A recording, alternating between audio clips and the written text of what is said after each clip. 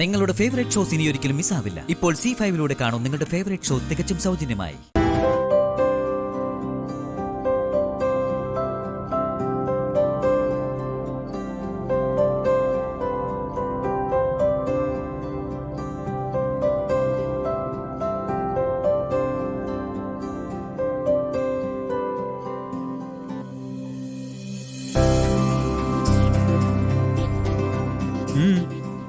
ഇന്ന് നല്ല സന്തോഷത്തിലാണല്ലോ. എന്താണ്? ഏയ് ഒന്നുമില്ല. ആ, അങ്ങനെ ഒന്നുമില്ലാതൊന്നുമല്ല. എന്തോ ഒന്ന് സംഭവിച്ചിട്ടുണ്ട്.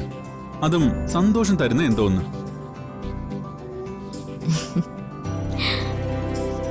സത്യം പറഞ്ഞാ അതെ, ചെറിയ വലിയൊരു സന്തോഷമുണ്ട് എനിക്ക്. അത് കേൾക്കുമ്പോ സച്ചേട്ടന് സന്തോഷാവും. എന്താ അത്? നമ്മുടെയും ഇവിടത്തെയും പ്രശ്നങ്ങൾ മുഴുവനും തീരാൻ പോവാ എന്ന് പറഞ്ഞ നാളെ സന്ദീപ് ഇവിടേക്ക് വരാൻ പോവാണെന്ന്. ശരിക്കും? അതെ, ശരിക്കും. ഇതെങ്ങനെ പറ്റി? സത്യം പറയണോ അതോ കള്ളം പറയണോ? താൻ സത്യം പറഞ്ഞാ മതി.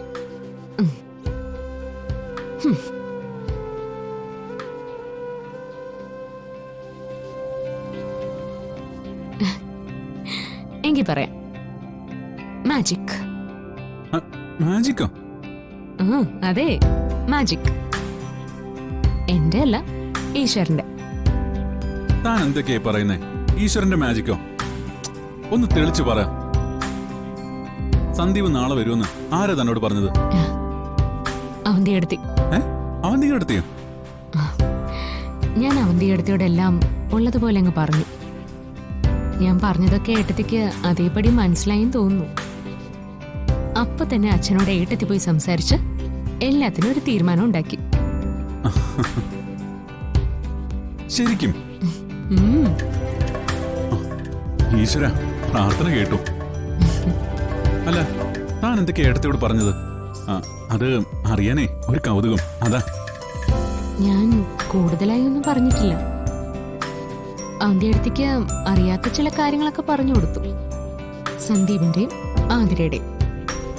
ഞാനത് പറഞ്ഞപ്പോ തന്നെ അവന്റെ അടുത്തേക്ക് കാര്യം മനസ്സിലാവുകയും ചെയ്തു. താൻ പറഞ്ഞതുപോലാണെങ്കിൽ നാളെ എല്ലാ പ്രശ്നങ്ങളും തീരും.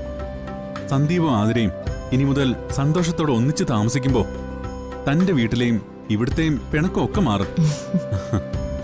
അച്ഛന്റെ ദേഷ്യം മാറി പഴയതുപോലെ ആവുകയും ചെയ്യും.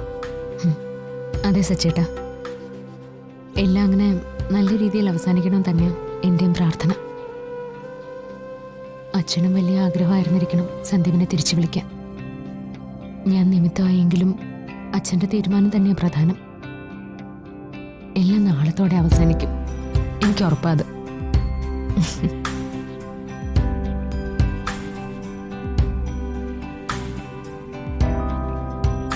ഡൗൺലോഡ് ചെയ്യൂ C5 ആപ്പ്. കാണൂ എല്ലാ എപ്പിസോഡുകളും സൗജന്യമായി.